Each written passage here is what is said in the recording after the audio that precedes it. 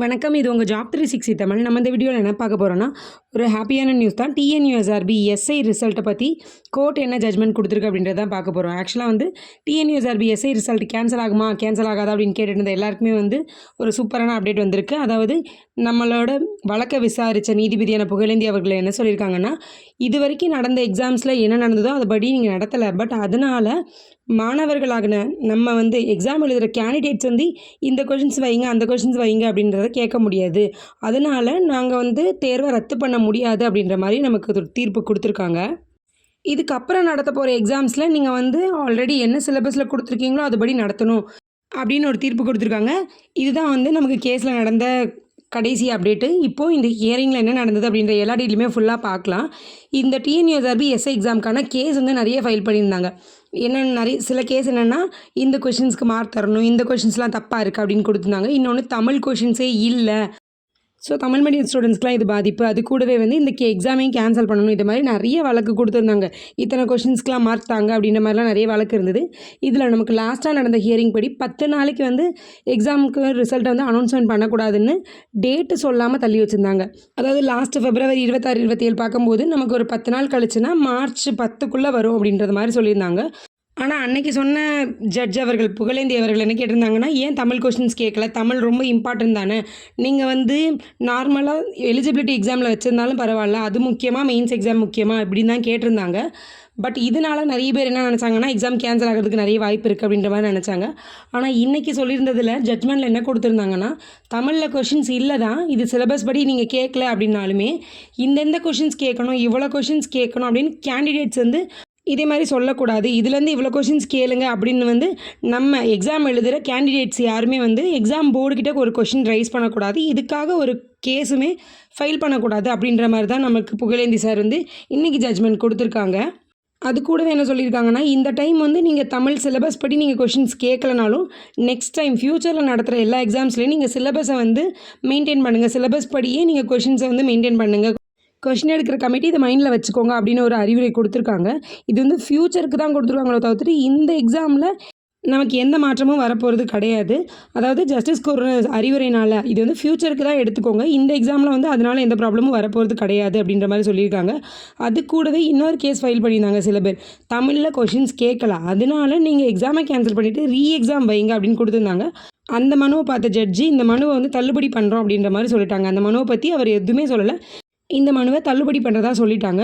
So இதுலேருந்தே உங்களுக்கு புரிஞ்சிருக்கும், தமிழில் கொஷின்ஸ் கேட்கல, இவ்வளோ தான் கேட்கணும், ஏன் கேட்கல அப்படின்னு கேட்டிருந்தவங்களுக்கு எவ்வளோ கொஷின்ஸ் கேட்கணும், எதுலேருந்து கேட்கணும், என்னென்ன பேட்டர்னில் கேட்கணும், இதெல்லாம் கேண்டிடேட்ஸ் யாருமே கேட்கக்கூடாது. இதுக்காக ஒரு கேஸே ஃபைல் பண்ணக்கூடாதுன்னு சொல்லிட்டாங்க.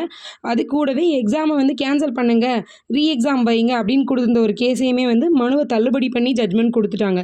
இப்போ உங்களுக்கு தெளிவாக புரிஞ்சிருக்கும், எக்ஸாம் நமக்கு கேன்சல் பண்ண போகிறது கிடையாது. இதை தான் நம்மளோட சேனலில் ப்ரீவியஸாக ஒரு 10 டேஸ்க்கு முன்னாடியே நான் சொல்லியிருந்தேன்.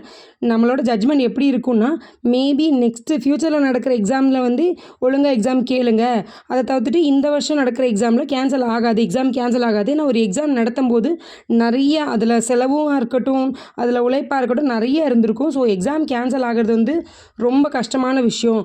ஸோ ஃப்யூச்சரில் வேணால் இது மாதிரி கேட்காம இருங்க, தமிழில் கொஷின்ஸ் கேளுங்க அப்படின்னு ஜட்ஜு சொல்லுவாங்கன்னு சொல்லியிருந்தேன். அதையே நிறைய பேர் கேட்டிருந்தாங்க, ஜட்ஜு சொல்லும்போது பார்த்துக்கலாம், நீங்களே சொல்லிடாதீங்க, எதுக்கு நீங்கள் இப்படி சொல்கிறீங்க அப்படின்ற மாதிரி கேட்டிருந்தீங்க.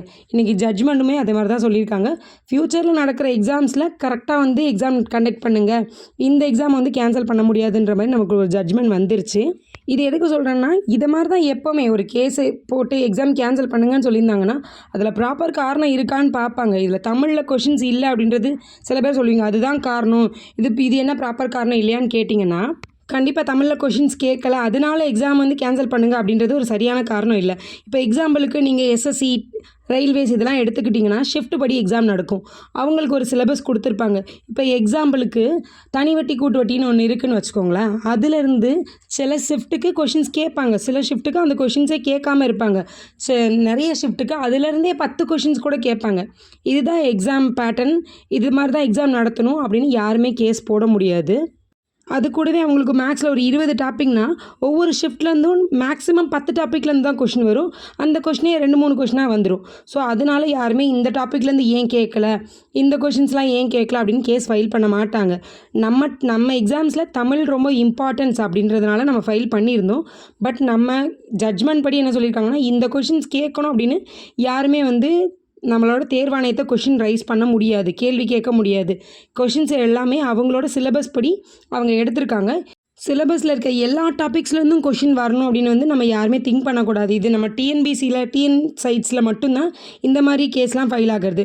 நீங்கள் நார்மலாக எஸ்எஸ்சி, ரயில்வேஸு, பேங்கிங்லாம் எடுத்துக்கிட்டிங்கன்னா எந்த டாப்பிக்லேருந்து கொஷின்ஸ் வருதுன்னே தெரியாது. அவங்க சிலபஸ் ஒன்று கொடுத்துருப்பாங்க, ஆனால் அந்த டாபிக் ரிலேட்டடாக தான் வரும்போது தவிர்த்துட்டு அந்த சிலபஸ் படி ஃபுல்லாக அந்த சிலபஸ் இப்போது இங்கிலீஷில் வந்து இவ்வளோ சிலபஸ் கொடுத்துருப்பாங்க, ஒரு 10 டாபிக்ஸ் கொடுத்துருப்பாங்க, மேக்ஸில் ஒரு 20 டாபிக்ஸ் கொடுத்துருப்பாங்க. ஒரு ஷிஃப்ட்டுக்கு அவ்வளோ கொஷின்ஸ் அவ்வளோ டாப்பிக்லேருந்துமே கொஷின் வரப்போகிறது கிடையாது, வரவும் செய்யாது. அதே மாதிரி தான் இந்த டைமுமே வந்து நம்மளுமே டிஎன் சைட்லேயே அப்கிரேட் ஆகுறாங்க. உங்களுக்கு சிலபஸ் வந்து பேசிக்கு நீங்கள் இதெல்லாம் தெரிஞ்சுக்கோங்க, இதுலேருந்துலாம் வரும்ன்ட்டு ஒரு சிலபஸ்க்கு கொடுத்துருக்கோம் தவிர்த்துட்டு சிலபஸில் இருக்க எல்லாமே கேட்போன்னு எங்கேயுமே மென்ஷன் பண்ணலை. அதே மாதிரி நம்ம டிஎன்யூஎஸ்ஆர்பி சிலபஸ்லையுமே கம்யூனிகேஷன் லாங்குவேஜஸ் இருக்கும், அதில் தமிழ் இங்கிலீஷ் இருக்கும் அப்படின்னு தான் கொடுத்துருந்தாங்களே தவிர்த்துட்டு தமிழில் இத்தனை கொஷின் கேட்போம், இங்கிலீஷில் இத்தனை கொஷின் கேட்போன்னு அவங்க சிலபஸில் எங்கேயுமே மென்ஷன் பண்ணலை. இதை நான் சொன்னால் நிறைய பேர் கமெண்ட்டில் கேட்பீங்க, அதான் தமிழ்னு ஒரு வார்த்தை இருந்துச்சே அதில் எப்படி கொஷின் கேட்காம இருப்பீங்கன்னு கேட்பீங்க. இனிமேல் வர்ற ஃப்யூச்சர்ஸில் வந்து இப்படி தான் இருக்கும். அதாவது சிலபஸ் கொடுத்துருப்போம், சிலபஸில் இருக்க எல்லா டாப்பிக்கும் கேட்கணுன்றது எந்த இடத்துலையுமே நமக்கு ரூல்ஸ் கிடையாது. ஸோ அவங்க சிலபஸை ஒரு ஓவர் வியூக்கு கொடுத்துருப்பாங்க, நீங்கள் சிலபஸ் படி படிச்சுக்கோங்க. சிலபஸில் இருக்க எல்லாத்தையும் நாங்கள் கேட்டுருவோம் அப்படின்னு நம்பக்கூடாது. சிலபஸில் இருக்க சில டாபிக்ஸ்லேருந்து எக்ஸ்ட்ரா கொஷின்ஸ் கூட கேட்பாங்க. இதுதான் எக்ஸாம் பேட்டர்ன் அப்படின்ற மாதிரி நம்ம இனிமேல் வந்து ஃபிக்ஸ் ஆகிக்கணும். சிலபஸை பார்த்துட்டு நம்ம படிக்க ஆரம்பிக்கணும். இந்த டாபிக்ஸ்லேருந்து இவ்வளோ கொஷின்ஸ் கேட்பாங்க, இந்த டாப்பிக்லேருந்து இவ்வளோ கொஷின்ஸ் கேட்பாங்கன்னு நம்ம எதுவுமே எக்ஸ்பெக்ட் பண்ணக்கூடாது. ஏன்னா இந்த வருஷம் கேஸ்லேயே நமக்கு ரிசல்ட் என்ன சொல்லிட்டாங்கன்னா, இவ்வளோ கொஷின்ஸ் கேளுங்கன்ட்டு யாருமே டிஎன்யூஎஸ்ஆர்பி போர்டை தேர்வாணையத்தை கொஷின் ரைஸ் பண்ணக்கூடாது, எதுக்கு இதுலேருந்து கேட்கலன்றத மாதிரி ஒரு கேஸே ஃபைல் பண்ணக்கூடாது அப்படின்ற மாதிரி ஜட்ஜ்மெண்ட் கொடுத்துட்டாங்க. ஸோ இனி வர்ற காலங்கள்லேயும் சிலபஸ் படி கொஷின்ஸ் கேட்பாங்களே தவிர்த்துட்டு சிலபஸில் இருக்க எல்லாத்தையுமே கொஷின் பேப்பரில் கொண்டு வர மாட்டாங்க. நான் சொல்கிறது உங்களுக்கு தெளிவாக புரிஞ்சிருக்குன்னு நினைக்கிறேன். இனிமேல் நம்மளும் அப்டேட் ஆக ஆரம்பிக்கணும். எஸ்எஸ்சி, ரயில்வேஸ் அதிலலாம் எப்படி கொஷின்ஸ் கேட்காங்களோ அதைப்படி தான் நம்மளுக்கும் இனிமேல் சிலபஸ் பேட்டர்ன் வந்து அப்டேட் ஆகும். அதுக்கேற்றாப்புல நம்மளோட ப்ரிப்பரேஷனாக இருக்கட்டும், நம்மளையே இருக்கட்டும், நம்ம எல்லாருமே வந்து அப்டேட் பண்ணி படிக்க ஆரம்பிச்சிடணும். ஸோ சிலபஸை ஒரு ஓவர் வியூக்கு பார்த்துக்கோங்க, சிலபஸில் இருக்க எல்லா டாபிக்ஸையும் படிச்சுக்கோங்க.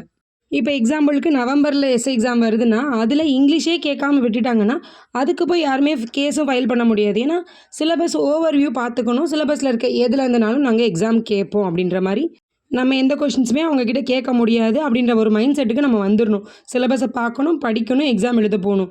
இதுலேருந்து ஏன் கொஷின் கேட்கல, இதுலேருந்து ஏன் 10 கொஷின் கேட்கல, இதுலேருந்து எதுக்கு 5 கொஷின் கேட்கல அப்படின்ற மாதிரி எந்த கேஸுமே நம்ம ஃபைல் பண்ணக்கூடாது. ஃப்யூச்சரில் மேபி இனிமேல் சிலபஸில் இருக்க எல்லா டாபிக்ஸையும் கேட்பாங்களா கேட்க மாட்டாங்களா அப்படின்ற எல்லாமே வந்து டிஎன்யூஎஸ்ஆர்பி சைடில் தான் இருக்குது. ஆனால் என்ன சொல்லியிருக்காங்க, ஜட்ஜ் என்ன சொல்லியிருக்காங்கன்னா, நீங்கள் சிலபஸை மைண்டில் வச்சுட்டு கொஷின் பேப்பரை எடுங்க. ஒரு ப்ரீவியஸ் ஹியரிங்கில் ஜட்ஜு கூட சொன்னது என்னென்னா, தமிழில் ஒரு 5 கொஷினாச்சும் எடுத்துருக்கலாமே. அவங்களுமே ஜட்ஜுமே என்ன சொல்லியிருக்காங்கன்னா 10 கொஷின்ஸ் எடுங்கன்னு ஒரு கவுண்டிங் சொல்லலை, ஒரு மினிமமாக ஒரு 5 கொஷின் எடுத்திருந்தா கேஸ் இவ்வளோ தூரத்துக்கு வந்திருக்காதே அப்படின்ற மாதிரி தான் சொல்லியிருக்காங்க. ஸோ நெக்ஸ்ட் எக்ஸாமில் நமக்கு 2 கொஷின் கூட தமிழ் எடுக்கலாம், அல்லது தமிழில் ஒரு கொஷின் எடுத்துகிட்டு இங்கிலீஷில் ஒரு 10 கொஷின்ஸ் எடுக்கலாம், எப்படினாலும் வரும். ஸோ எல்லாத்துக்குமே ப்ரிப்பேர் ஆக ஆரம்பிச்சிருங்க. இனிமேல் ஏதாவது அப்டேட் வந்துச்சுன்னா நான் கண்டிப்பாக வீடியோ மேக் பண்ணி போடுறேன். அதெல்லாம் தெரிஞ்சுக்கணும் நம்ம சேனலை சப்ஸ்கிரைப் பண்ணிவிட்டு பெல் ஐக்கான்லையும் ஆல் செட் பண்ணி வச்சுக்கோங்க. அப்போ தான் நான் போடுறேன் அடுத்தடுத்த டிஎன்யூஎஸ்ஆர்பி அப்டேட் நியூஸ் உங்களுக்கும் வரும். ஏன்னா வந்து இன்னுமே வந்து ரிசல்ட் வந்து எப்போ ரிலீஸ் பண்ணுவாங்க, அல்லது ரிசல்ட் ரிலீஸ் பண்ணுறதுக்கு தடை அப்படின்ற மாதிரி எதுவுமே ஜட்ஜ்மெண்ட்டில் சொல்லலை. ரிசல்ட் ரிலீஸ் பண்ணுறதுக்கான டேட்டுமே மென்ஷன் பண்ணலை. ஸோ டிஎன்யூஎஸ்ஆர்பிலேருந்து இனிமேல் அடுத்தடுத்த அப்டேட் வர ஆரம்பிச்சிடும். நார்மலாக நீங்கள் உங்களோட ஃபிசிக்கலை பண்ண ஆரம்பிங்க, ஃபிசிக்கலுக்கு அப்புறம் மெடிக்கல் இருக்கும். ஸோ எல்லா ப்ராசஸுமே இனிமேல் வரிசையாக நடக்க ஆரம்பிச்சிடும். ஏன்னா வந்து ரிசல்ட் தடை அப்படின்ற மாதிரி எந்த இதுவுமே ஜட்ஜ்மெண்ட்டில் சொல்லலை. ஸோ எப்போ ரிசல்ட் ரிலீஸ் ஆகும் அப்படின்றது வந்து இனிமேல் தெரியலை. நாளைக்கு கூட ரிலீஸ் பண்ணலாம், இல்லை ஒரு 1 வீக்குள்ளே ரிலீஸ் பண்ணலாம். ரிசல்ட் ரிலீஸ் பண்ணி ஒரு 30 டேஸ் அல்லது 25 டேஸ்க்குள்ளே கூட எக்ஸாம் ஃபிசிக்கல் கண்டக்ட் பண்ணிடுவாங்க. ஸோ எல்லாத்துக்குமே தயாராகிருங்க. நீங்கள் எக்ஸாம் நல்லா எழுதிருக்கீங்கன்னா ஃபிசிக்கலை வந்து கண்டிப்பாக வந்து நீங்கள் இப்போத்துலேருந்தாவது தயாராக ஆரம்பிச்சிருங்க. ஏன்னா வந்து டிஎன்யூஎஸ்ஆர்பி வெப்சைட்டில் என்ன கொடுத்துருக்காங்கன்னா, ரிசல்ட் வில் பி ரிலீஸ்டு சூனுன்னு கொடுத்துருக்காங்க. அதை வந்து இன்னுமே அவங்க வெப்சைட்லேருந்து எடுக்கலை. ஸோ அதனால் எப்போனாலும் அவங்க ரிசல்ட்டை கொடுக்கலாம். ரிசல்ட் வந்து இன்னும் சீக்கிரமாக வந்து ரிலீஸ் பண்ணிடுவோம் அப்படின்ற மாதிரி பிளிங்க் ஆகிக்கிட்டே தான் இருக்குது டிஎன்யூஎஸ்ஆர்பி வெப்சைட்டில். அதனால் ரிசல்ட் எப்போ தருவாங்க அப்படின்னு வெயிட் பண்ணுங்கள். அதுக்கான அப்டேட்லாம் இருந்துச்சுன்னா நான் கண்டிப்பாக வீடியோ மேக் பண்ணி போடுறேன். இந்த வீடியோவில் உங்களுக்கு ஏதாவது சந்தேகங்கள் இருந்துச்சுன்னா அல்லது உங்களோட கருத்துக்கள் ஏதாவது இருந்துச்சுனாலும் சரி, அதை நீங்கள் கமெண்ட்டில் கேளுங்க, நான் அதுக்குமே ரிப்ளை பண்ணுறேன். கூடவே இதை மாதிரி டிஎன்யூஎஸ்ஆர்பி அப்டேட்டான நியூஸ் தெரிஞ்சுக்கிறதுக்கு நம்ம சேனலையும் சப்ஸ்கிரைப் பண்ணி வச்சுக்கோங்க. தேங்க்யூ.